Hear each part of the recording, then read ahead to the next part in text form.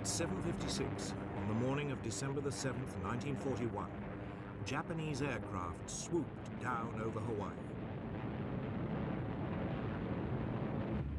Their target? The US Pacific Fleet at anchor in its base at Pearl Harbour.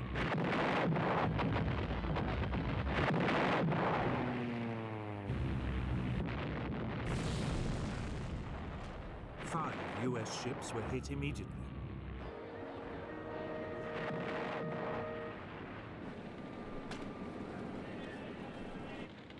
A few minutes later, more Japanese aircraft joined in.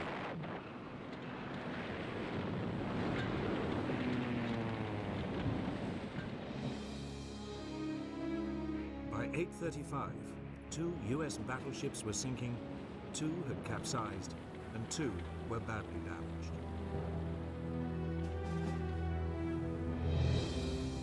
A 7th battleship, the Nevada, slipped her moorings and was heading out to sea when she too was caught and forced to beach.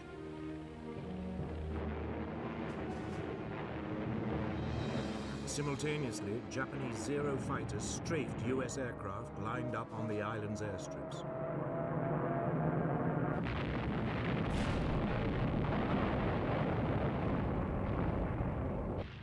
They also shot up nearby army barracks.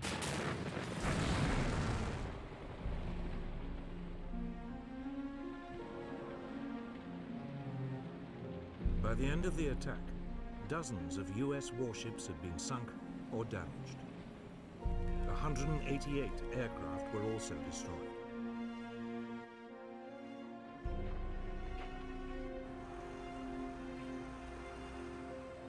The next day, US President Franklin Roosevelt declared war on Japan.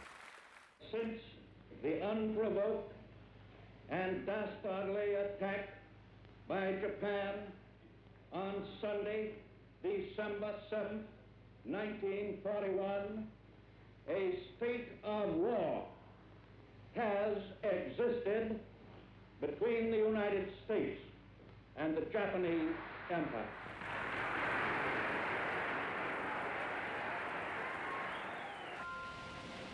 The stage was set. Could Japan knock out the United States with a swift blow before the huge might of America ground it down? It would become one of the great conflicts of World War II.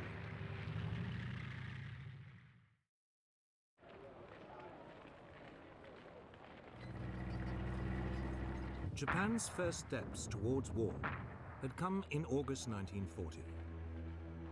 Capitalizing on France's defeat in Europe, it seized control of air bases in the north of the French colony of Indochina. It was looking for a quick and easy expansion of its empire.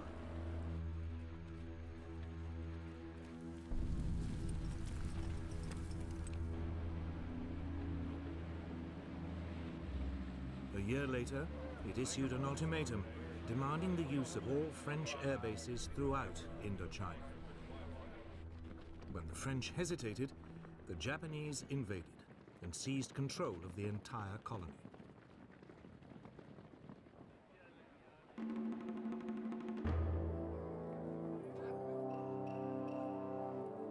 Japan felt the consequences almost immediately. The United States froze its overseas financial assets, effectively robbing the country of its ability to buy oil. Japan faced a choice: climb down and lose face, or seize more territory and up the stakes.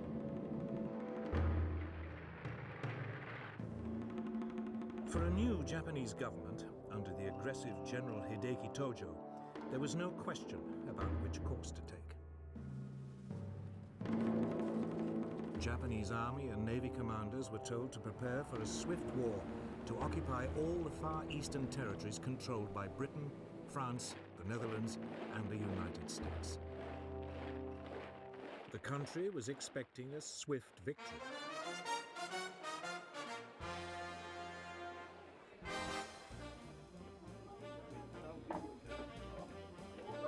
Japan saw the Americans, in particular, as a nation of pleasure lovers with no stomach for a lengthy war and heavy casualties. The Japanese military calculated that if they could destroy the US Pacific Fleet, the US would quickly sue for peace. It was now that they decided to attack Pearl Harbor. Admiral Isoroku Yamamoto, commander of the Japanese Combined Fleet, was put in charge.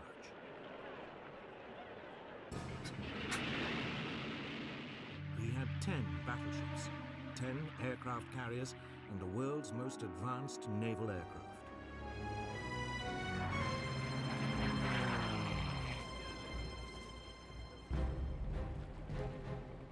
Against him, the US Pacific Fleet had 8 World War I vintage battleships and 2 carriers.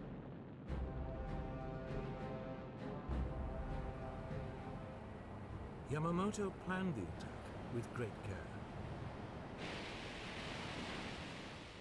He would hit the US fleet in Pearl Harbor on a Sunday, since, according to intelligence reports, it usually spent the weekends in port.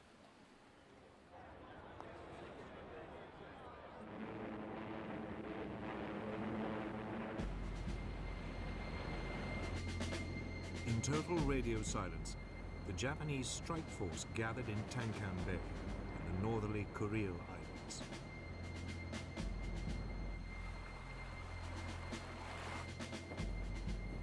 The fleet set sail on November the 26th, 1941.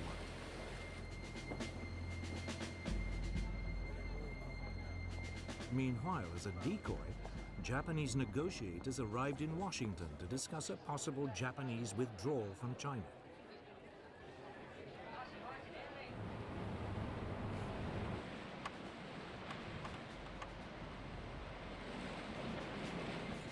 The Japanese fleet refueled after several days at sea.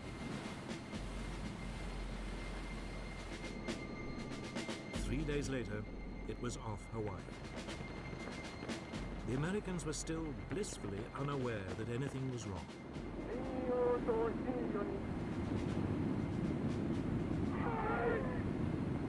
At 6 a.m. on December the 7th, after a final briefing, the first wave of Japanese aircraft took off.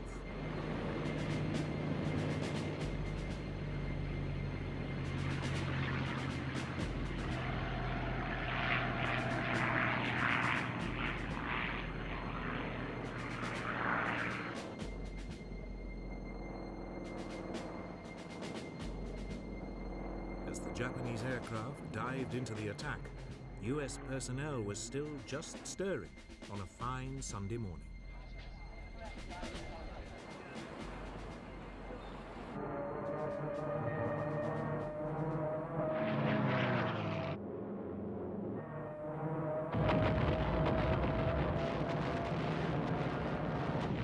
It was all over in less than 2¼ hours. Yamamoto's plan had worked like a dream. Or had it? There was only one problem. The US fleet's 2 aircraft carriers had not been in Pearl Harbor at the time and had escaped the attack.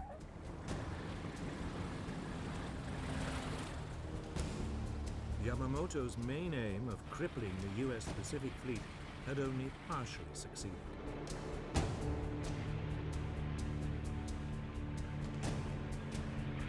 US naval air power in the region was still intact. But in the United States, there was shock and disbelief.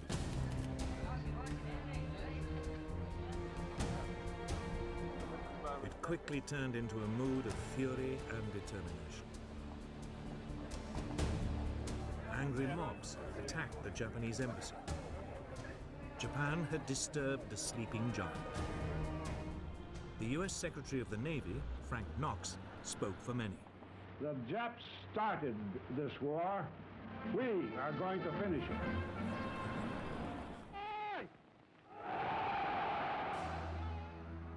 Yet before the US could mobilize its full strength, the Japanese were to inflict more humiliating defeats on the Western Allies.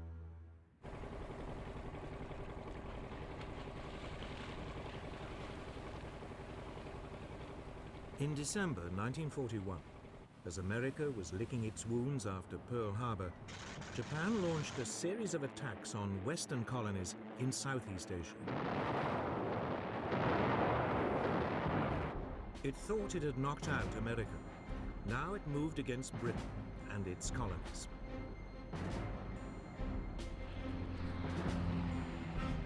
The first to be hit was Malaya, where a Japanese force came ashore in the northeast of the country.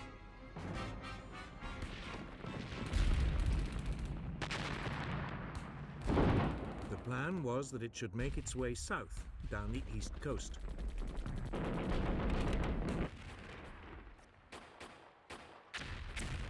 The invasion force was met by a contingent of British Indian troops. But after a day of fighting, they were brushed aside.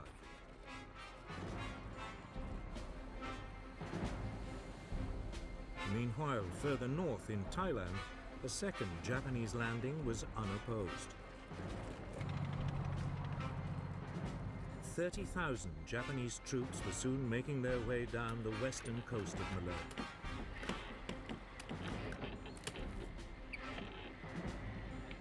The target of the two groups, Singapore, the center of British military and political rule in the Far East.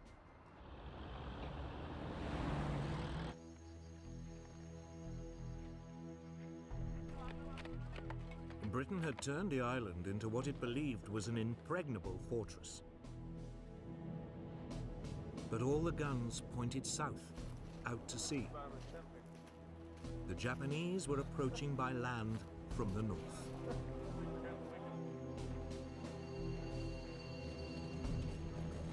Yet British military commanders remained remarkably untroubled. They didn't rate the Japanese as fighting men and believed the Malay jungle was, anyway, virtually impassable.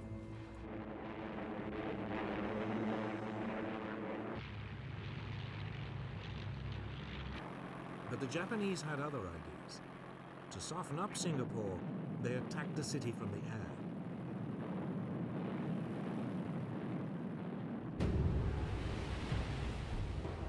Britain sent the new battleship Prince of Wales and a battlecruiser, Repulse, to attack Japanese troop convoys. They were met by Japanese bombers.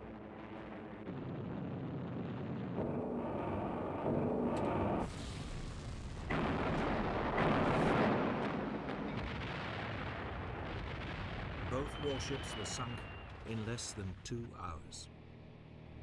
Almost 1,000 of their crew were lost. It was the greatest British naval disaster of World War II.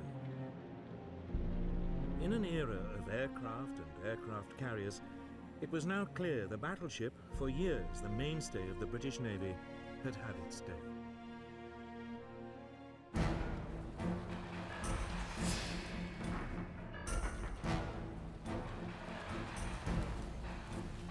Back on land, the Japanese continued to head south towards Singapore.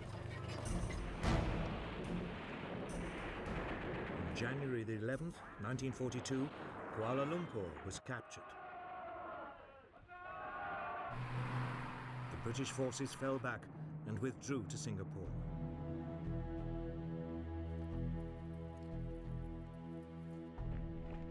There were now about 100,000 British soldiers to defend it. They faced a force of only 30,000 Japanese.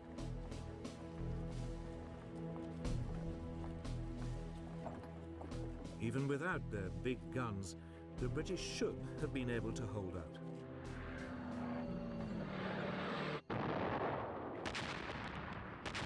The Japanese launched an assault in early February. It was supported by more airstrikes.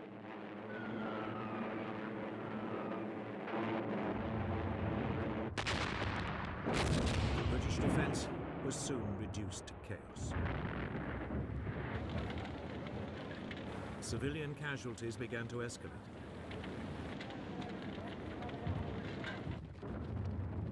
Four days later, the Japanese had pushed through the last of the British defensive lines.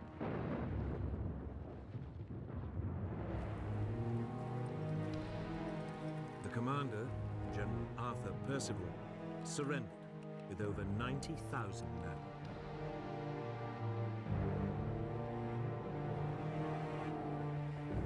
Never in the history of the British Army had a commander in charge of such a large force had to surrender, and to an enemy general whose force was outnumbered more than 3 to 1.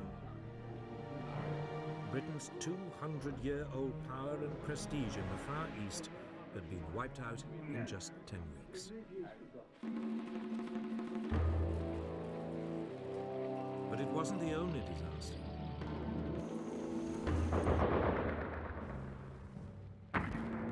Elsewhere in Southeast Asia, the Japanese forces were equally triumphant. The British garrison in Hong Kong fought for 2 weeks before succumbing to a Japanese invasion.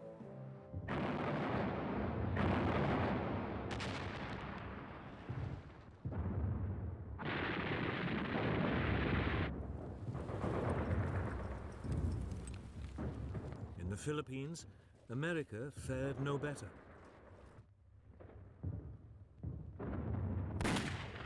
Here, a preemptive bombing raid caught large numbers of US aircraft neatly lined up at Clark Field.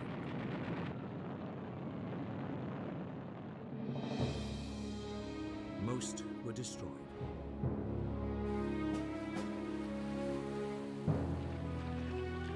Two days later, with US air power virtually non-existent, Japanese troops began to land.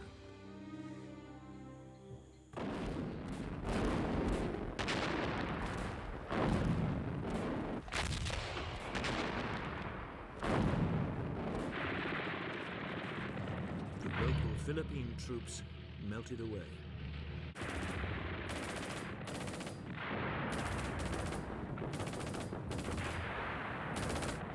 The Japanese advanced rapidly.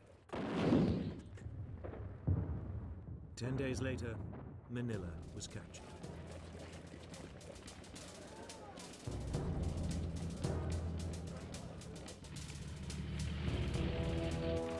The US soldiers were forced to withdraw to the Bataan Peninsula. Here they hoped to hold out until a relief force could be sent. It never came.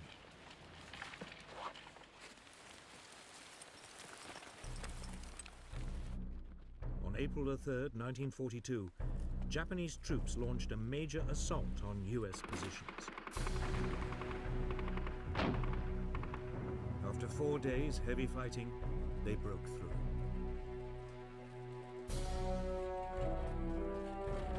The Americans surrendered 2 days later.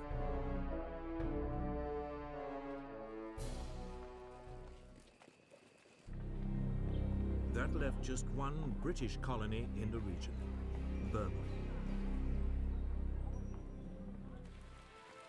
In early 1942, Japanese forces pushed into the south of the country. The British defenses had been utterly neglected. There were only some 15,000 men defending the country. They were no match for the Japanese.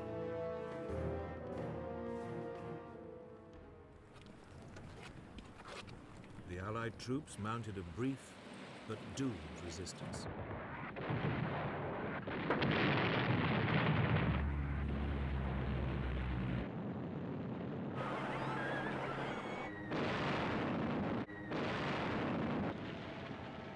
Less than 2 months after invading Burma, the Japanese had seized the capital, Rangoon.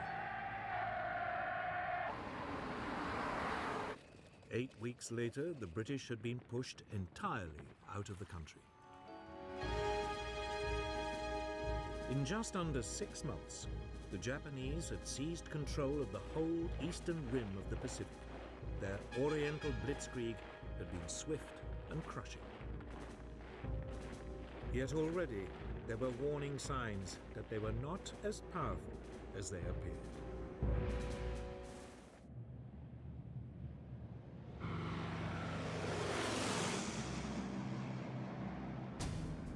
On April the 18th, 1942, 4 months after Pearl Harbour, America struck back at the Japanese.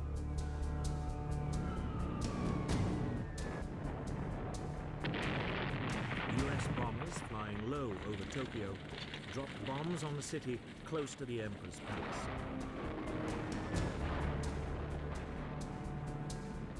Others struck Yokohama, Kobe, and Nagoya.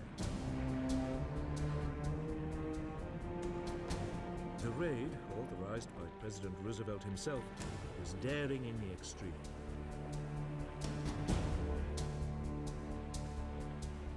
The B-25 Mitchell bombers have not been designed to be launched from aircraft carriers. They barely managed to lumber off the deck of the USS Hornet, which had brought them to within 700 miles of the Japanese capital.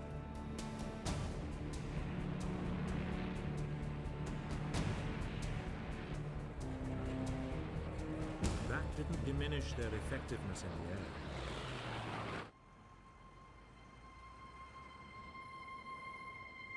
In Japan, the raids caused profound shock. After their runaway successes of the past 4 months, they had never expected an attack on their homeland.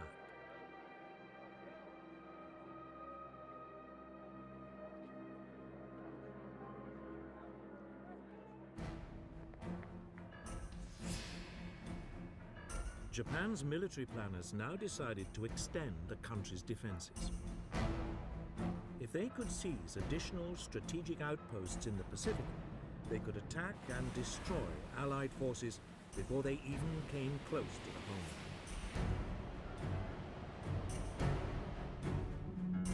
Japan already controlled much of the Chinese coast, Southeast Asia, and the Philippines. They had also seized the Dutch East Indies. Now they decided to strike south and attack Papua New Guinea and the Solomon Islands, and east to take the island of Midway in the middle of the Pacific. It would mean the homeland was surrounded by a string of fortified positions. Yet even as Japan was planning its move, its operations were severely compromised, though it only realized this after the war.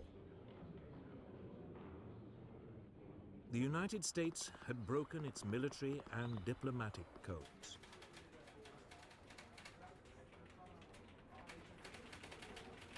By spring 1942, the US Navy's code-breaking team in Hawaii was reading enough messages to give it a remarkably accurate insight into Japan's intentions.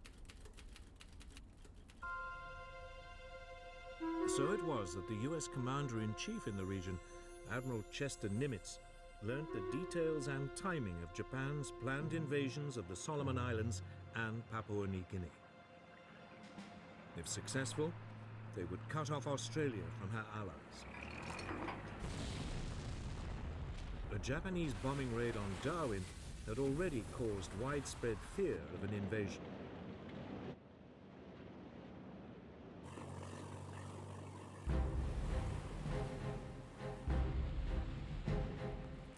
In early May 1942, the Japanese plan to widen its defensive perimeter was launched. They seized the Solomon Islands.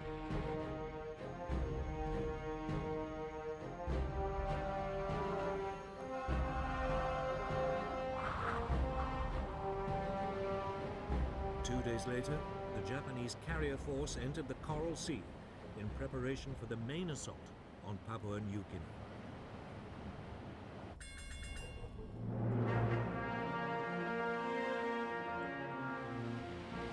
But this time, the Americans had anticipated them. Admiral Nimitz had ordered 2 US aircraft carriers and a number of smaller warships into the area.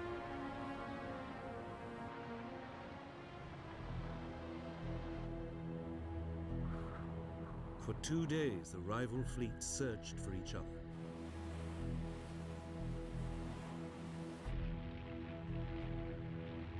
Then, on May the 7th, US aircraft located and sank the Japanese carrier Shoho.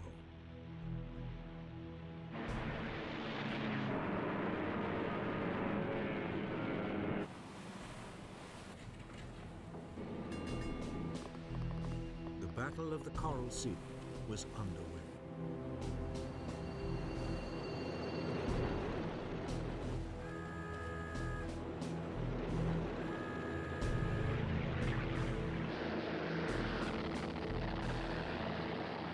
Early the following day, the Japanese responded, unleashing a hail of torpedoes and bombs.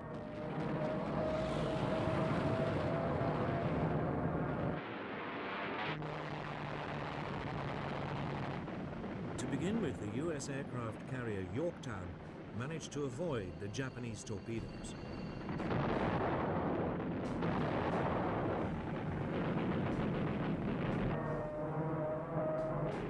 But then she took a bomb which penetrated 4 decks before exploding.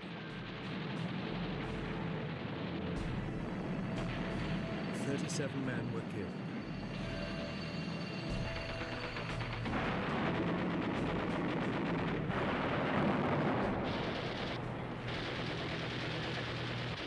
The larger and less maneuverable carrier, Lexington, was also hit by several bombs as well as 2 torpedoes.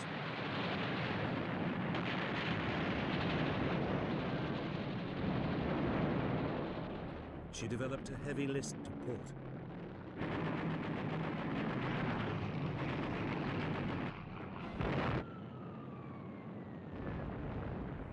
The Americans returned fire, attacking the Japanese carrier Shokaku.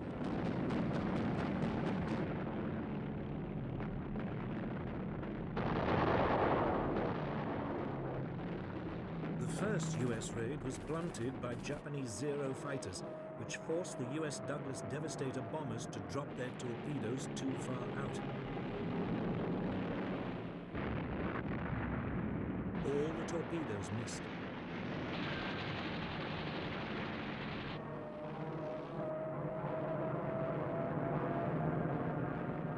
But a second wave of U.S. dive bombers struck home.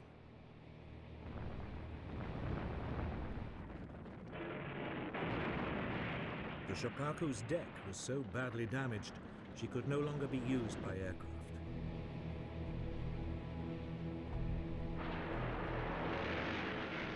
After 2 days of fighting, the 2 forces finally disengaged. That evening, the Lexington, still afloat, suddenly erupted in a huge explosion.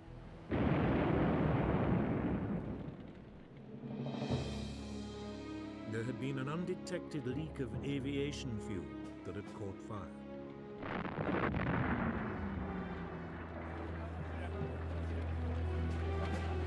Amazingly, all but 215 of the nearly 3,000 men on board were rescued.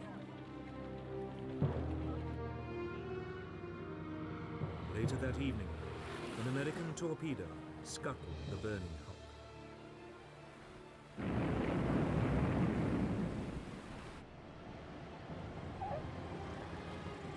The Battle of the Coral Sea was, on paper, a draw. Each side had lost one carrier and had another severely damaged. Strategically, however, it was a major U.S. success.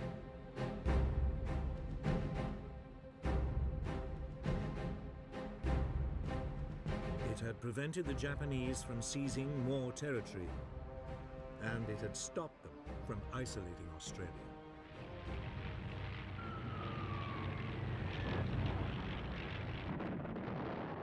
The Battle of the Coral Sea marked a new era in naval tactics. It was the first major sea battle in which the opposing ships were completely out of visual contact. It was fought, instead, by aircraft flying from carriers.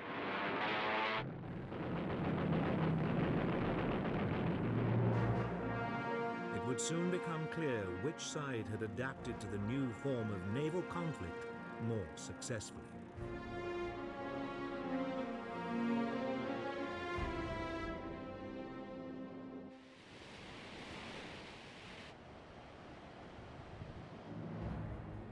By the late spring of 1942, Japan and America were deadlocked.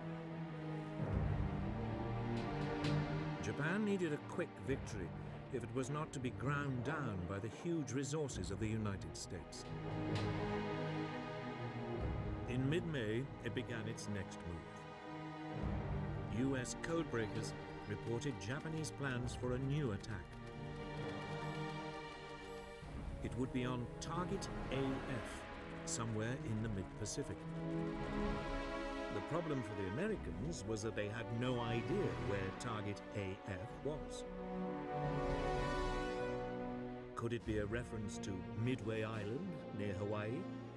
An ideal jumping-off point for another attack on the American fleet in Pearl Harbour. The code-breaking team suggested a way to find out. The US Air Base on Midway was instructed to send an uncoded message reporting problems with the island's water system.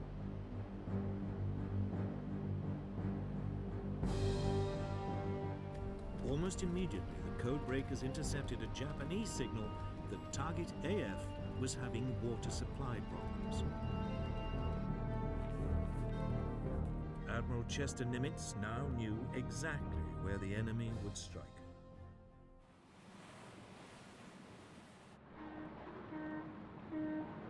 The Japanese plan was typically complex. A diversionary attack on the Aleutian Islands in the North Pacific would draw away part of the US fleet, while Midway was seized by an occupation force. The Americans would be obliged to hurriedly commit their carrier force to retaking the island. There they would be annihilated by a huge Japanese naval presence, including 4 large aircraft carriers. It was the second Japanese attempt to wipe out the US Navy in the Pacific within a year.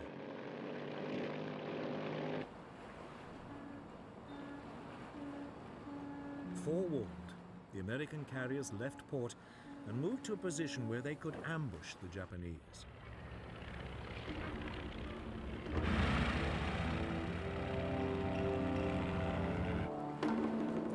On June 3rd, 1942, Japanese forces launched the expected attack on the Aleutian Islands.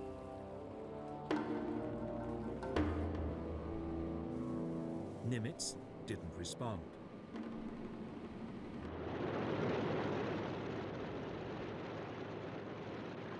Then, early the next morning, the main Japanese carrier force launched a first airstrike on Midway Island to soften up its defenses.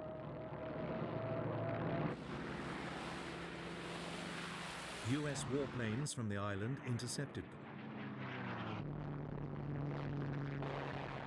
Most were outdated Brewster Buffaloes and were easily shot down by the more agile Japanese Zero fighters.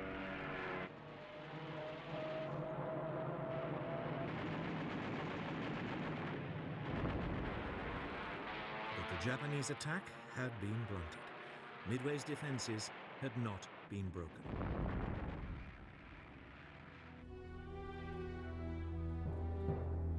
The Japanese commander, Admiral Chuiki Nagumo, faced a difficult decision. He'd kept some of his aircraft in reserve, loaded with munitions designed specifically for attacking ships, just in case the US fleet was spotted. Should he now order this reserve to be stripped of its torpedoes and armor-piercing bombs and reloaded with high explosive and fragmentation bombs for a second strike on Midway? It would leave him ill-equipped to take on the US Navy, but he calculated it was a risk worth taking. Then, just as the reloading was underway, he received unwelcome news. The US naval force had been spotted. Was this the US carrier force, or a smaller, less significant fleet of ships? Nagumo was in a dilemma. Should he continue with the second strike on Midway, or should he once again re-equip his bombers to take on the US vessels?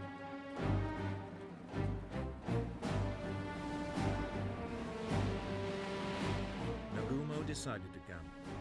he would push ahead with the second strike on Midway. His hope was that when the bombers returned, there would still be time to rearm them to take on the US ships. Even as he weighed the odds, the Japanese carriers were attacked by US bombers.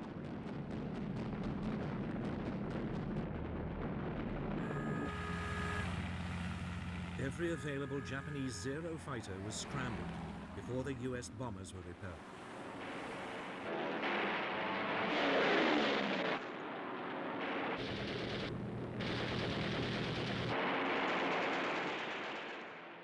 Then came another report from reconnaissance planes. The US force did indeed contain aircraft carriers. Nagumo was, once again, on the spot. His aircraft were halfway through reloading, but the US carriers were a much more important target. He took a second gun. He decided to change their weapons yet again to attack the US force. But while he did so, his ships would be sitting ducks. Almost immediately, they came under attack from low-flying US torpedo bombers. But they were old and slow and attacked without fighter support.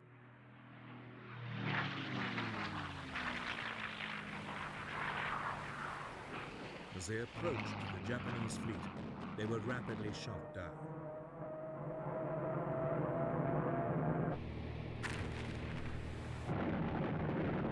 For a brief period, it looked as though Nagumo's gamble had paid off.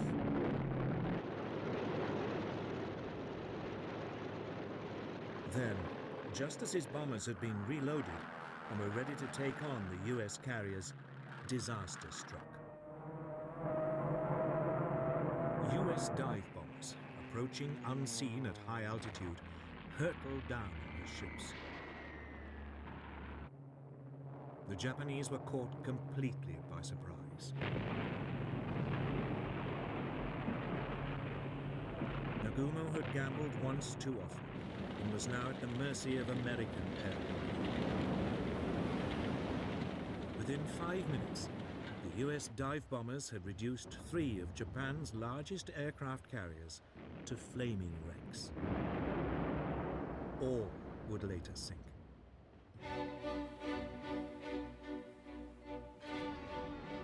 The fourth carrier, the Hiryu, had been masked by a rainstorm, and that afternoon mounted a desperate counterattack.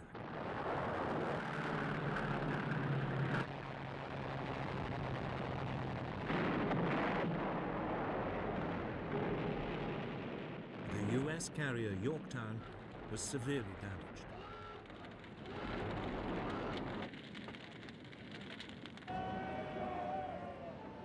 It was torpedoed by a Japanese submarine several days later. But the Japanese fight back was short-lived. Late in the afternoon that day, the Hiryu was also hit and turned into a blazing pile. In a matter of hours, Japan's mastery of the sea had been destroyed. The attack on Midway Island had achieved nothing. But it had cost Japan its finest carriers and 332 aircraft. Well over 2,000 sailors had also died.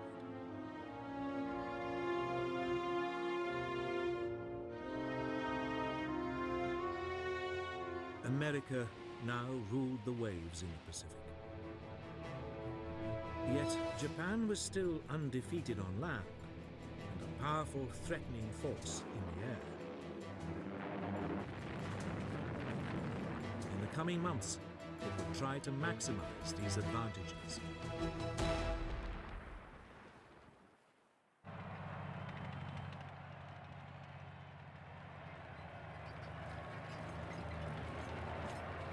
By summer 1942, Japanese plans to build a defensive ring of occupied territories around their homeland had still not been completed. Heavy losses at sea had frustrated their attempts to grab Papua New Guinea and islands in the Central Pacific. Japanese planners now came up with a new plan.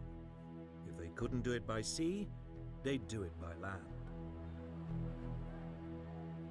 On July the 21st, a division-sized force of experienced jungle troops landed on the northern coast of Papua New Guinea.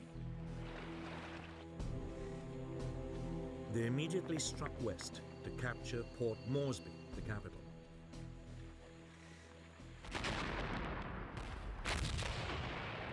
Progress was swift at first.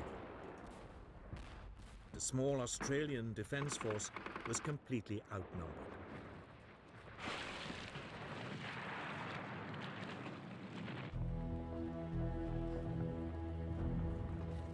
Within weeks, the Japanese had captured the main pass over the Owen Stanley Mountains.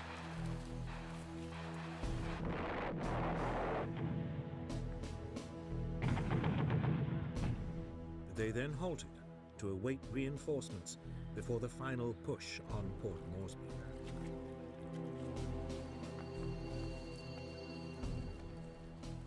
The Australians also mustered new forces.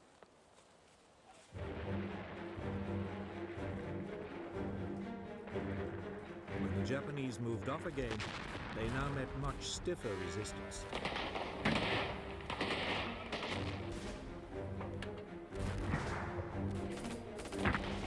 For the first time, Japanese troops were up against men who matched them for training, experience, and morale.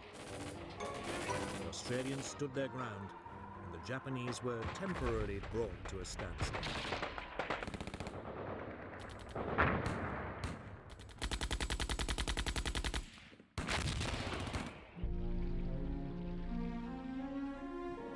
But conditions in the jungle were appalling.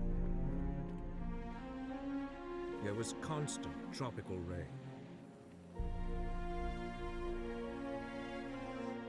Malaria was rife.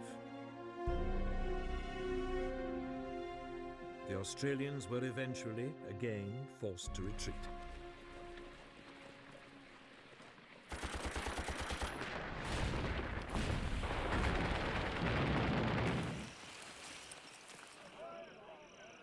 After 2 months of grim fighting, the Japanese were within 30 miles of Port Moresby. Then, finally, US reinforcements arrived.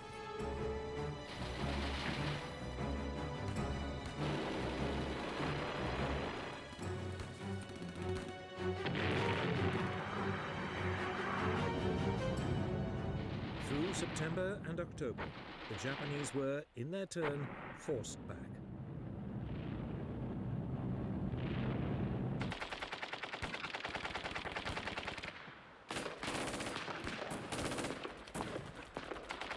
The Japanese made an heroic but suicidal stand.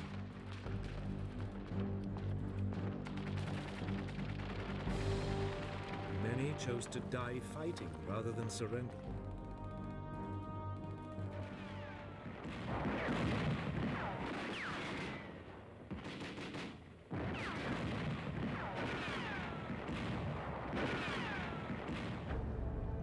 It took the Allies another 2 months before the Japanese were finally overwhelmed.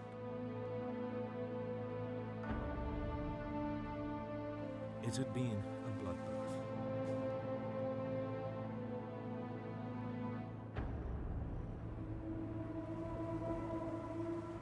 "15,000 Japanese troops had embarked on the operation. Only 3,000 got away.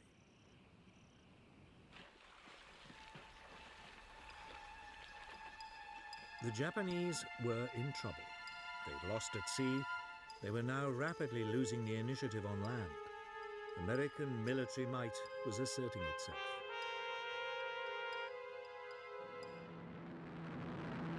There was only one alternative left: air power.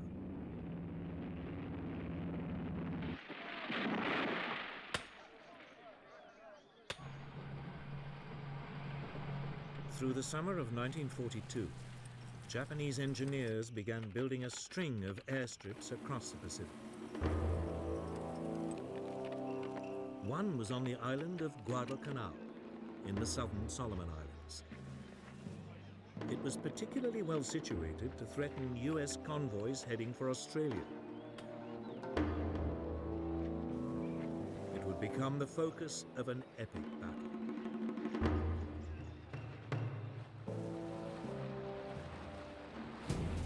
In July 1942, an amphibious force of US Marines invaded the island. They landed without resistance.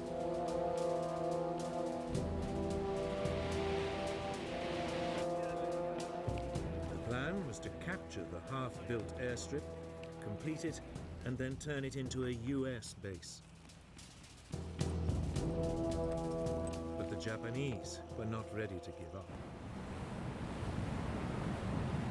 That night, they sent in a naval force to land reinforcements and to attack the fleet of US ships supporting the Marines.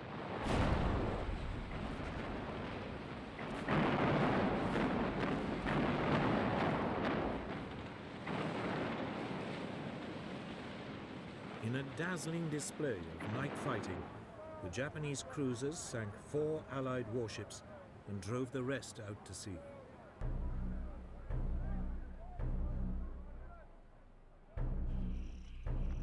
The Marines were now marooned, without supplies and without much of their equipment. They dug in around the airstrip. Despite constant bombardment, using construction machinery left behind by the Japanese, they pushed ahead with the completion of the airfield.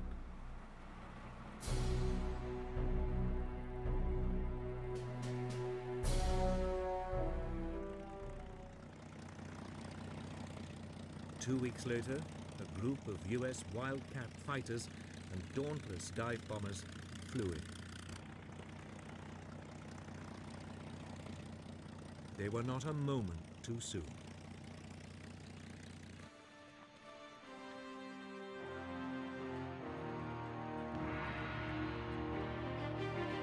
The next day, newly arrived Japanese troops launched a series of suicidal attacks on the airstrip.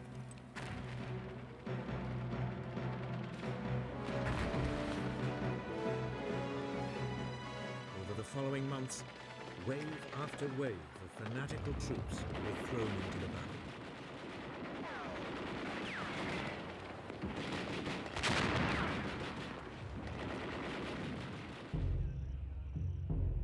By the winter of 1942, the two sides had fought themselves to a standstill, both now dug in to defensive positions.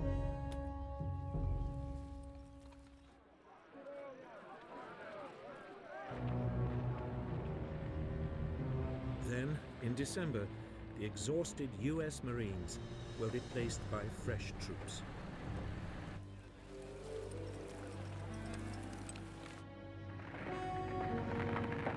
US soldiers now began a new push on the increasingly isolated pockets of Japanese resistance.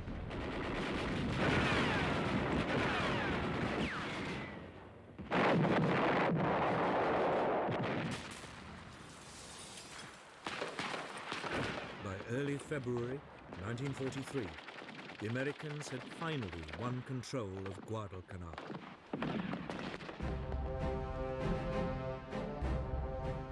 They had now beaten the Japanese at sea and on land. They had even denied them access to the air. The Oriental Blitzkrieg had failed. The Japanese Empire now faced a foe that was still growing in strength at a rate it could never hope to match. It was the beginning of a fundamental shift in the course of the war.